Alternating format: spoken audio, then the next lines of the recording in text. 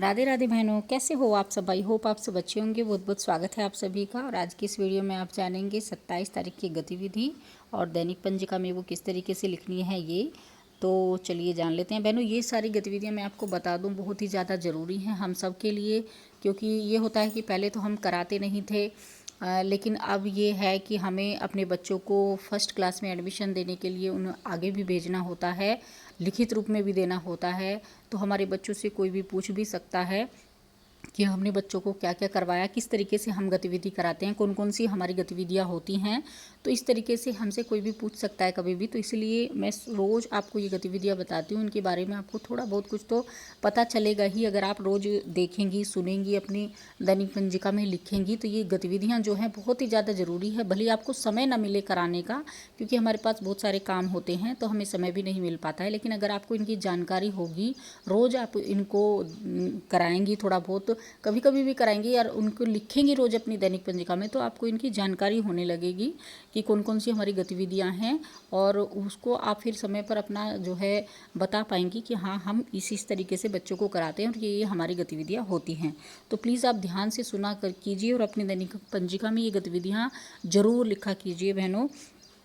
तो आज जान लीजिए आज की गतिविधि। तो आज 8:30 से 8:30 बजे तक आपको वही स्वागत प्रार्थना, नाम टैग, स्वच्छता जांच, कैलेंडर, नियम पढ़ना, ताज़ा खबर, ये सारी गतिविधियां हैं। और उसमें एक चीज़ और है बहनों, स्थानीय क्षेत्र में पर्यटन। आसपास आपके कोई भी ऐसा जगह हो जहां आप बच्चे को घुमा सकती हैं, ले जा सकती हैं और उस जगह के बारे में बच्चों को जानकारी दे सकती हैं, तो उस जगह पर आपको बच्चों को लेके जाना है, घुमाना है। जैसे कि हमारे गांव में या शहर में कहीं भी जहाँ भी हमारा आंगनबाड़ी केंद्र हो, तो आसपास अस्पताल हो या डाकखाना हो, डाकघर हो, इस तरह की जगह जो है, तो वहाँ पर बच्चों को ले जाना है और उस चीज़ों के बारे में बच्चों को, जैसे अस्पताल में ही ले गए तो वहाँ डॉक्टर कैसे देखो मरीज़ देखते हैं कि इसकी क्या क्या चीज़ें उनके पास होती हैं, बीपी चेक करने की मशीन होती है या फिर कुछ भी ऐसी, मतलब सारी चीज़ों के बारे में बच्चों को दिखाना है, जानकारी देनी है। तो यही है। और इससे पहले बस ये काम ज़रूर करना है कि इनके माता पिता से आपको एक मतलब जैसे होता है ना कि माता पिता से आज्ञा ले लेनी है कि आपके बच्चों को हम यहाँ पर ले जाएं या नहीं ले जाएं।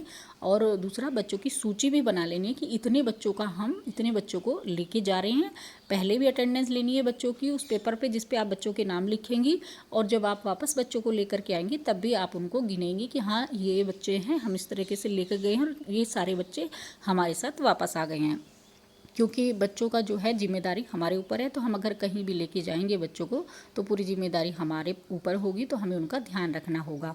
तो बस यही आपको, गांव में तो खैर इतना नहीं होता है कि हाँ बहुत ही ज़्यादा डर होता है, लेकिन शहरों में अगर आप हैं जहाँ भी हैं तो वहाँ बहुत ज़्यादा डर होता है और बहुत ही ज़्यादा हमें सावधानी बरतनी होती है। तो ये हमें जो गतिविधि है वो इस तरीके से करानी है। उसके बाद हमारा दूसरा पीरियड आता है बहनों, 8:30 से 9:30 बजे तक का 1 घंटे का पीरियड होता है दूसरे वाला, लेकिन वो मैंने 2 भागों में विभाजित कर रखा है, 8:30 से 9 और 9 से 9:30। तो पहले जो 8:30 से 9 है वो 3 से 5 वर्ष, रंगों को छांटना, लाल और नीला, तो ये करना है। फिर 5 से 6 वर्ष स्वतंत्र खेल, तो ये 30 मिनट में तो ये दोनों को गतिविधि करानी है। फिर आगे 5 से 6 वर्ष आकारों को छांटना, त्रिभुज और गोलाकार, 3 से 5 वर्ष स्वतंत्र खेल, तो ये आकारों को छांटने का ही काम हमें बच्चों को कराना है। उसके बाद हमारा जो है तीसरा पीरियड आ जाता है, वही 9:30 से 10 बजे तक गेंद का खेल। सर के ऊपर से गेंद को पास करवानी है, पैर के नीचों से गेंद को पास करानी है, लाइन लगा के बच्चों की, तो इस तरीके से ये गेंद का खेल कराना है। उसके बाद चौथा पीरियड आ जाता है हमारा, बीच में HCM भी है 15 मिनट का, वो भी आप लिख लेना।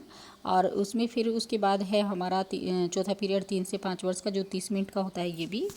इसमें बहनों हमें हिंदी में कराना है पहली ध्वनि की पहचान, च, ब और पै, तो इन 3 अक्षरों की हमें बच्चों को पहचान करानी है। और जिसके पास किताब हो चाहे 2, वो वर्णमाला गीत बच्चों को सिखाएगी, जैसे SNR वगैरह से हम वो वर्णमाला गीत उसमें दिया हुआ है, पृष्ठ 33, 39 और 40 पर, ये आप करा लीजिएगा। जिसके पास किताब नहीं है वो वैसी किताब में से भी वर्णमाला करा सकते हैं, SNR ही है भाई, कोई और किताब हो आपके पास हिंदी की पहले तो उसमें से आप करा लीजिएगा। उसके बाद 5 से 6 वर्ष गतिविधि पुस्तिका में से कराना है, 5 से 6 वर्ष की गतिविधि पुस्तिका में से मुक्त चित्रकारी करानी है बहनों। उसके बाद हमारा लास्ट पीरियड है, और जिसमें जो है कहानी हमें बच्चों को सुनानी है तो आप कोई भी कहानी बच्चों को सुना सकती हैं। बिग बुक आपके पास हो तो दादी जी का गुलगुला की कहानी दी हुई है, वो आप सुना दीजिएगा। वैसे कोई आपके पास शिक्षाप्रद कहानी हो तो वो भी आप बच्चों को सुनाइएगा। तो यही सारी जो गतिविधियाँ बहनों मैंने आपको बताई हैं, यही लिखनी है आपको दैनिक पंजिका में, और यही आपको अपने केंद्र पर करानी भी है। तो जो गतिविधि वैसे तो मैं ऐसे ही बता देती हूँ, जो गतिविधि ऐसा लगता है मुझे कि हाँ थोड़ा सा कठिन है, समझ नहीं आती है, तो उसके बारे में मैं आपको बता भी देती हूँ बहनों। प्लीज़ कमेंट में ज़रूर बताइएगा आपको कैसी लगी, और प्लीज़ आप इन गतिविधियों को ज़रूर सुना कीजिए, ज़रूर अपनी दैनिक पंजिका में लिखा कीजिए, आपको इनकी जानकारी होगी। और आप इनको कभी कभी करा भी दिया करें, क्योंकि जब भी आपके पास समय हो, ऐसा हो सकता है, हो भी जाता है हमारे पास बहुत बार कि हमें कभी कहीं जाना होता है, कभी कहीं जाना होता है और हम नहीं करा पाते हैं। लेकिन दैनिक पंजिका में आप लिखे रहेंगे तो आपके जो है दिमाग में वो रहेंगी ज़रूर कि हाँ ये गतिविधियाँ हैं मैं, तो जब भी आपको समय मिले वो गतिविधियाँ आप करा दिया करें। आपको भी जानकारी हुआ करेगी, और आपको कोई पूछेगा तो आप बता भी सकेंगे कि हाँ ये गतिविधियाँ हम अपने बच्चों को कराते हैं, ये ऐसी ऐसी गतिविधियाँ होती हैं हमारे आंगनवाड़ी केंद्र पर।